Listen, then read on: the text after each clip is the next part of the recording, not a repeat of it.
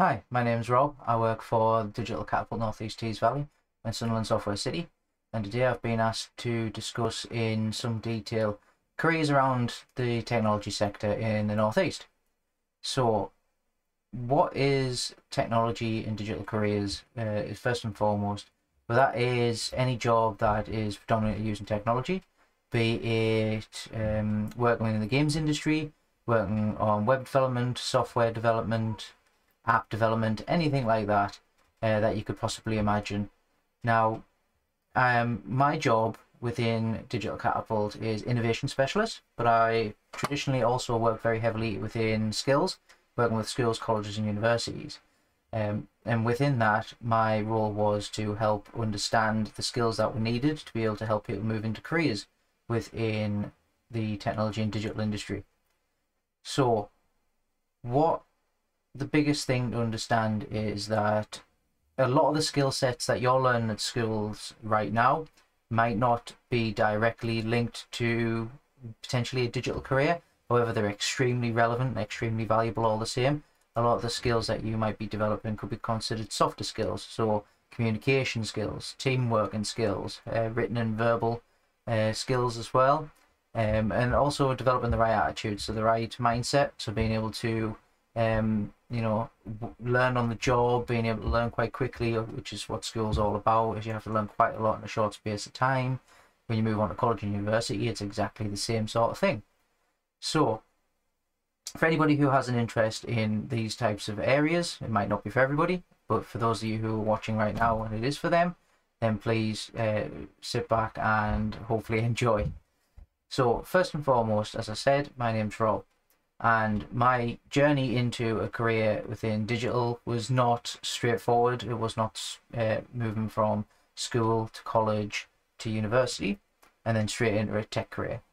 You'll actually find that that's quite rare in a lot of instances, mainly because the technology and digital industry is extremely competitive. Most industries are these days. There's a lot more people looking for jobs than there might be jobs available, especially in the more specialist areas. So what I want to talk about a little bit is how to set yourself apart from the rest of the crowd. My route into technology, like I said, was very left field. I went to university to do computer game design degree, which was a bachelor honours undergraduate degree. Came out of the back of that, as most university students do, collecting a degree, but also during my degree I was running a part-time job or a summer job. That job then became my permanent position for quite a while, and that was working within Asda, so in retail.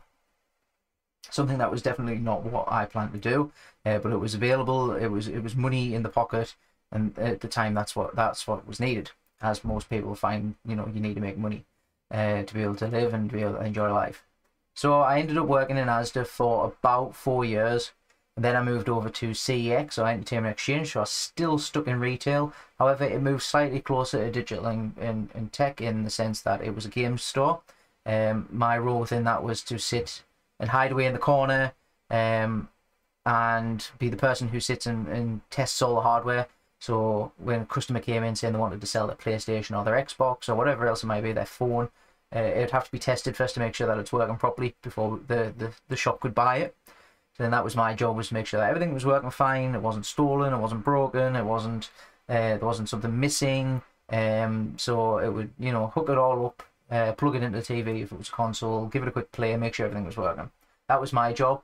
So it was a lot closer to doing sort of testing and maintenance. It was a lot more technical than just doing the shopkeeping side of things, which I also had to do. But then after a year, whilst I was doing all of that, during that year, I was also doing a lot of training in teaching. So I was getting a teaching qualification whilst I was doing that.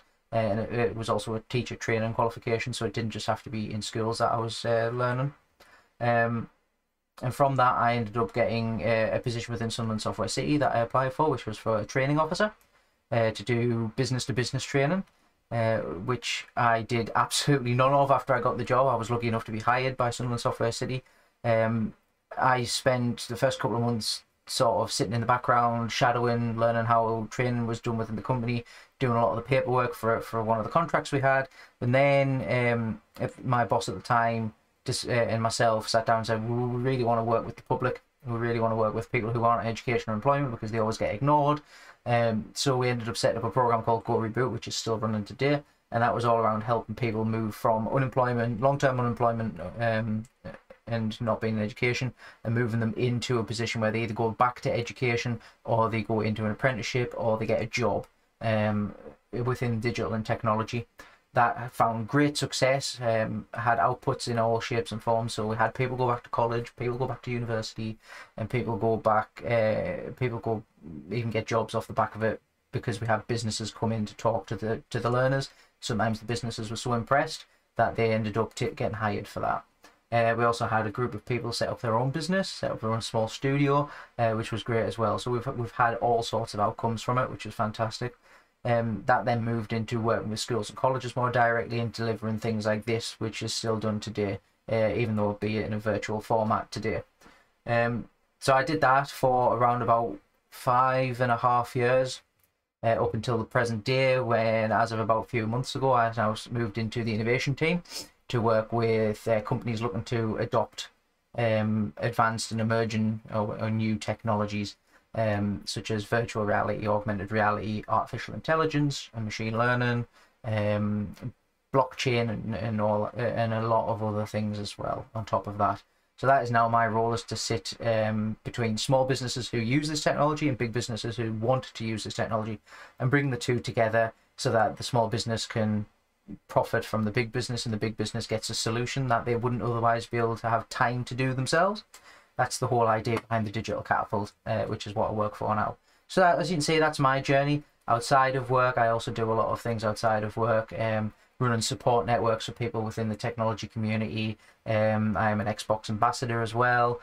So as a big time gamer in my personal life, being able to give back to the community was a big thing that I wanted to do. And Xbox actually provide that service by allowing you to sign up to become an ambassador. If PlayStation did it, I would join theirs. If Nintendo did it, I would join theirs as well. That's just how much I want to give back, because gaming has always been sort of number one in terms of my enjoyment in outside work activities.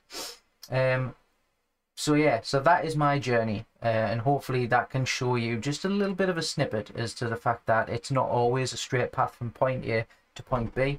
Quite often you'll find that it's actually very much a zigzag, very much side steps. You go from point A to point A1 to point A2 to then to B. It's very rarely does it ever just get you from one place to another. But that is nothing to be sort of worried about. Everybody goes through that. There's no rush to get from point A to point B the quickest. Often all those little other parts move you to a place where you are able to do the job that you want to do, but do it a lot better than you would have done if you just jumped from A to B. Okay, so if you do have an interest in technology, be it any form of working in tech or digital, it doesn't have to be the highly technical stuff. There's technical and non-technical roles, and you need to be aware of that. However, if you do want to work for a tech company, you don't have to always worry about thinking, I've got to go to London, I've got to go to Manchester, I've got to go to some other part of the country. You might do if you want to work for a very specific company that is based in that location. However, the Northeast is a huge wealth of tech and digital companies, ranging from web development to game development to artificial intelligence, cybersecurity, app development, bespoke software development, something called SaaS, which is software as a service, so where the company makes a piece of software and they sell that to other companies, and then they manage that piece of software with the company as well. So there's a lot going on. In fact, the Northeast is arguably the largest or the fastest growing technology region in the UK right now. There's more tech companies being set up across the Northeast than there is anywhere else in the UK. It's definitely not worth rushing straight down to London by any stretch of the imagination. Definitely would not ask you to do that, just unless you were like desperate to work for Google or desperate for Microsoft. But you'll find that a lot of techies actually don't want to work for big companies anymore. They'd rather work for the smaller companies. And the reason being, as you'll find out, is that these small companies, they're so desperate to keep you as an employee because it's hard to get good employees. So they want employee loyalty, so they look after their staff. The tech industry is a lot of younger founders and a lot of younger CEOs who run the companies. So they have a much different attitude towards work and life balance. So it's not far gone. It's not far gone, or it's not sort of so unusual to see, you know, no dress codes, to see wind down days where staff stop working at a certain time and they sit and they have food and drinks with the rest of their colleagues to unwind and to relax. To have days out, have mental health days, have days where they can develop their own personal passions, develop their own, you know, stuff that isn't work related, but the work will allow them to go off and do that. Obviously health benefits as well, looking after their staff, so free food and free drinks and health bars and breakfast bars and things like that inside the offices. Entertainment facilities, whether it be games consoles or arcade machines or foosball tables or little ping pong tables, things like that. It's all fairly normal. And yes, that sounds all cool. Like, yes, I get to work for a company that has all this cool stuff, but it's really just so that the staff can manage their stress levels and manage and keep their morale up, because obviously these small companies will be working extremely hard. There might be, you know, 20 or 30 people within the company, but they might have huge multi-million pound clients that are asking for a lot of work to be done. So there's a lot. It's a very much work hard, play hard environment in a lot of these smaller companies. But for a lot of people, that is definitely what they want. Is definitely worth it. So you need to be very much aware of that. Some of these companies, they include the likes of Accenture, who are actually international. They're based in Newcastle, but they have offices across the world. So if you were to work for them, for instance, it could be that you could end up in America, or you could end up in China, or you could end up in some other part of the world, moving from office to office, depending on what project you were working on. So if you wanted to travel, working for a tech company is another good idea, because a lot of these tech companies, the larger ones, might have offices all over. Or even if they don't, they might send you to events and conferences, which could be all over the world as well. Granted, recently that's not been possible, but obviously in the future we would hope that everything went back to normal. So I myself have been to Game Developer Conference, or GDC, 2 years, 2018 and 2019, which was over in San Francisco in America. So I even got to do that. And I got to meet lots of games companies and talk to them about up-and-coming things that are happening within 3D graphics and 3D modeling, virtual reality. Got to see a lot of new virtual reality hardware. Very exciting stuff. Absolutely loved it. And it's something that I would definitely say, if you got the opportunity, if you were to work for a company that offered the opportunity to go somewhere, definitely do that. It is world changing when it comes to your career opportunities to do things like that.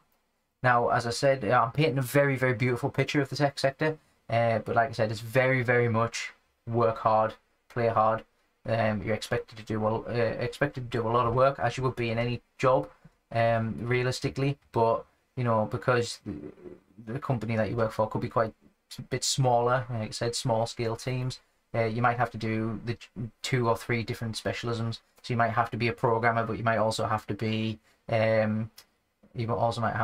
user interface artist as well. You might have to be able to not only write the code, but also make it look pretty, which is what you'll see on the app on the front of the phone, for instance, if it was an app company. Just because if there's nobody else to do that.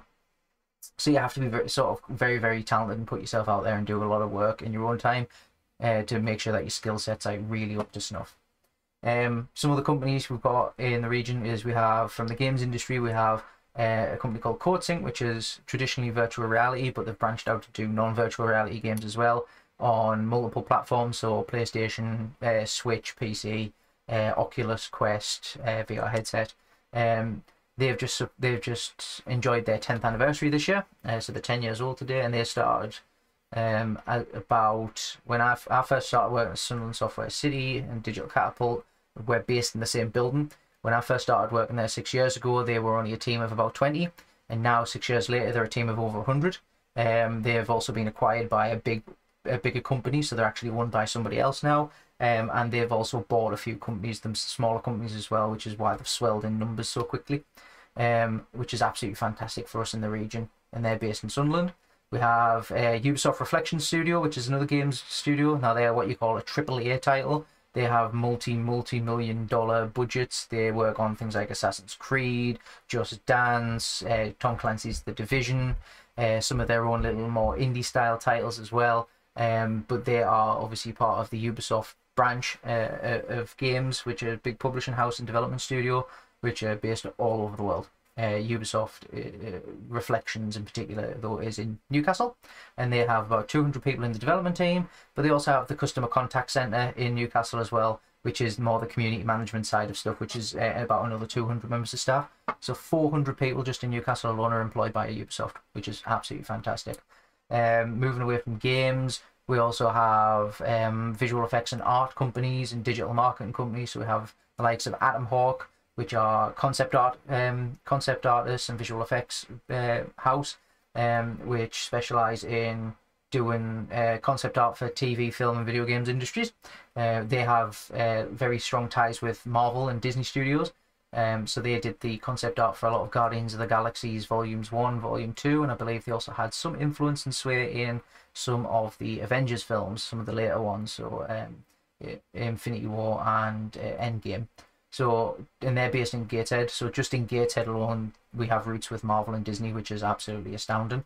We have Arcus Animation, which is an animation studio. They have strong ties to Disney, in particular CBeebies. So they've been commissioned to do quite a few of the 3D generated or 3D CGI cartoons for CBeebies. They're based in the region as well. They're based in Gateshead as well. So that's just a few there. Move through with more creative side of things. We also have web development and app development. So app development, we have Throneware, which is based in Sunderland, which is a very small app development firm, which do bespoke apps for various different clients, from sort of gaming apps through to very bespoke apps, which we've had. We at Software City have had a few apps commissioned by Throneware for various different purposes as well, for different events or different needs. So they can do anything that you need to do. Web development studios such as Consultant Design, which specialize in a platform called Drupal, which is, you might have heard of things like WordPress or Wix or Squarespace, things like that. They use something called Drupal, which is a content management system, which is very open source, and which means that lots of people can go in and change how it works without having to ask permission from the company who made Drupal. So they exist in Sunderland as well. So there's a huge range of businesses. Moving on to some very more left field stuff. So we have a company called Zero Light, which are based in Newcastle, just about against the riverside, on the quayside, in fact. And they do virtual reality car showrooms for your high-end car manufacturers. So they have got clients like Ferrari, Pagani, Audi, Hyundai. And what they do is they recreate the cars in virtual reality one-to-one. Absolutely pristine, couldn't tell the difference between the virtual reality model and the real car. That's how accurate they've got to be. And then you can go in, you can use their platform to customize the cars, have it any color that you want, have the interior any design, color, material that you want. And then in virtual reality, you can also go and test drive that car. You can get onto a virtual test track and drive it and floor it and do whatever you want with it. Ultimately, it's much safer because it means that you're not going to crash a £1 million car or a £500,000 car, injuring yourself and obviously causing damage to what is an extremely expensive piece of equipment in the fact of a car. And they're based in Newcastle, and they use the absolute most cutting edge technology to develop these 3D models, as well as the physics to make them feel as realistic as possible whilst you're utilising their showroom, which is an absolutely fantastic piece of equipment. So that's just an example of a few from big businesses, like I said, from Accenture at the beginning right the way through to quite small businesses such as Throneware, which is actually a singular person at the moment. But he works extremely hard to make the business look like there's more people, because he's a machine when it comes to making apps. So so it shows that it's possible to be a successful business regardless of your size. You can set up your own business. But the key thing being is that to be able to do all of this, you need to really stand out. You need to be able to really put yourself above everybody else, because so many people go through university these days that a degree alone does not stand yourself in as nearly enough good stead to stand out against the 200-300 other applicants who might apply for the same job that you're going for. So, for instance, the game designer job appears for Ubisoft, because Ubisoft is such a big, well-known brand. chances are that one job might have anywhere between 100 to 200, even 300 applications, not just locally, from nationally and internationally. People want to move into the country as well because they offer relocation help with them being such a big company. It means that you've really got to prove that you are something special against everybody else. So person A has a degree and that's all they've done. They wave it in front of everybody saying, look at me, I've got a degree, whoop-de-doo. Person B might also have a degree, but then they've done a little bit of personal project work where they've took the time in their own day instead of sitting watching Jeremy Kyle on the TV or, you know, watching other daytime telly nonsense or reality TV. They've said, no, I'm not going to do that. I'm actually going to make a game. I've learned to do it through my degree. I'm going to actually sit and make a game just to, one, stop my skills getting rusty, and two, so that I can actually show it off to the business to show that I can do it. Because a piece of paper is all well and good, but it doesn't actually show what you can do. And then you've got person C, which is becoming more and more popular these days. Is person C doesn't actually have a degree at all. They never went to university. However, they spent every waking moment of their time because they were so passionate that they wanted to be a game designer or a level designer or a 3D mod artist or an animator or whatever it might be, and they want to work for the games industry. They've went online. They've used Google. They've used YouTube. They've used Unity engine, they've used Unreal engines or tutorials, package and academies and things like that. Spent loads of time developing their own skill sets without having an official qualification, but they've built themselves a website with a portfolio which has show reels of their work and has living work, which means living work being something that the business can download and play or download and interact with themselves to see how it works rather than just watching a video. Pictures, blogs and vlogs talking about their process and explaining what they're doing and what they're working on. You know, they're turning up to events and putting their face out there so people from these businesses know who they are, and they're starting conversations online through social media, whether it be Twitter or LinkedIn or Instagram or anything like that, and they're really pushing to make themselves known. They've developed themselves as a brand, their person, their face, their name as a brand. Chances are person C, who's done all that extra legwork, even though they don't have a degree, is the person that's going to get hired, because the company knows who they are because they've pushed themselves out there online all the time and they're in their face and they're speaking to them all the time. They've got a really strong portfolio of work and show reels of work, which proves that they've got the skills regardless of the education that they've received. And sort of those two things combined, that and obviously knowing the right people, they're more likely to find out about jobs before they go live if they know somebody who works for the company. So it's who you know as well as what you know. And that's for any tech company, really, tech industry, sorry, realistically, not just the games industry. But that was just an example. So what I'm saying is, don't get rid of your social life by any stretch of the imagination. You know, at your age, you're still kids, you should have a social life. Still meet up with your friends as safely as you can in this day and age. But definitely don't wallow away all of your free time. You know, even if it was just a couple hours a week, where you turn around and you say, no, I really want to be able to do this when I'm older. I should spend a little bit of time doing this.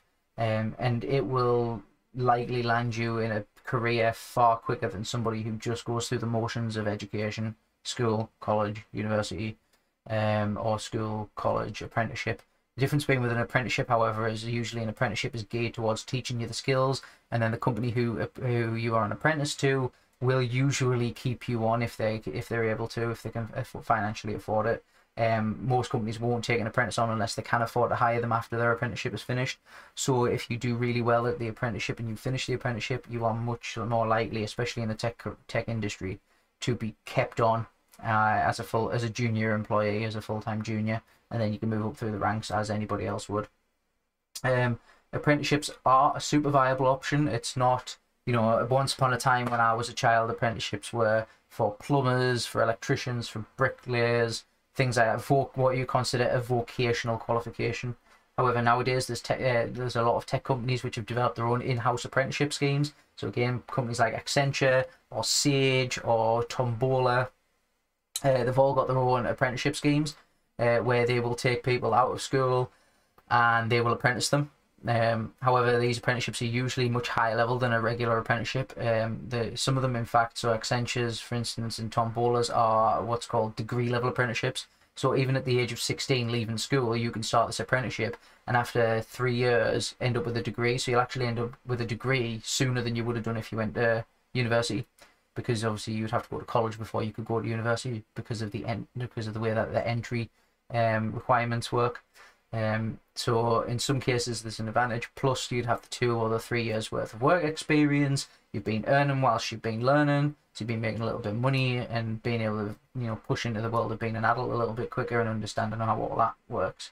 And then off the back of it, because they've invested so much money to help you go through a degree, chances are they're going to keep you on as a full-time member of staff following your completion of an apprenticeship.